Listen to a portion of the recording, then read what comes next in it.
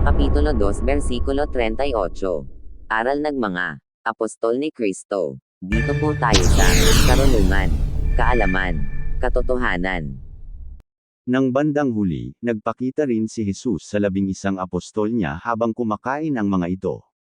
Pinagsabihan niya ang mga ito dahil sa kawalan nila ng pananampalataya at sa katigasan ng kanilang puso, dahil hindi sila naniwala sa mga nakakita sa kanya matapos na muli siyang mabuhay.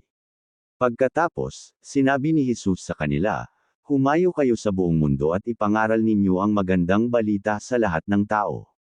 Ang lahat ng sasampalataya at magpapabautismo ay maliligtas, ngunit ang hindi sasampalataya ay parurusahan."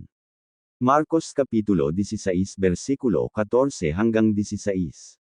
Marcos Kapitulo 3 versikulo 14 At naghalal siya ng 12, upang sila'y makisama sa kanya, at upang sila'y syugon niyang magsipangaral. Marcos Kapitulo 6 versikulo 12 At sila'y nangagsialis, at nagsipangaral na mangagsisi ang mga tao. Marcos Kapitulo 13 versikulo 10 At sa lahat ng mga bansa ay kinakailangan munang may pangaral ang ebanghelyo.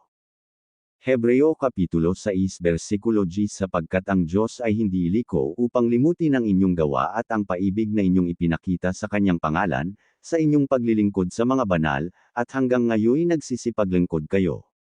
Guys, malinaw na dinilimat ang mga ginawa ng mga apostol kaya nga nasulat ang Biblia dahil sa mabubuti nilang ginawa sa pangalan, Panginoon Hesukristo. Nasulat ang manuting balita ang salita nagdakilang Panginoon Hesukristo.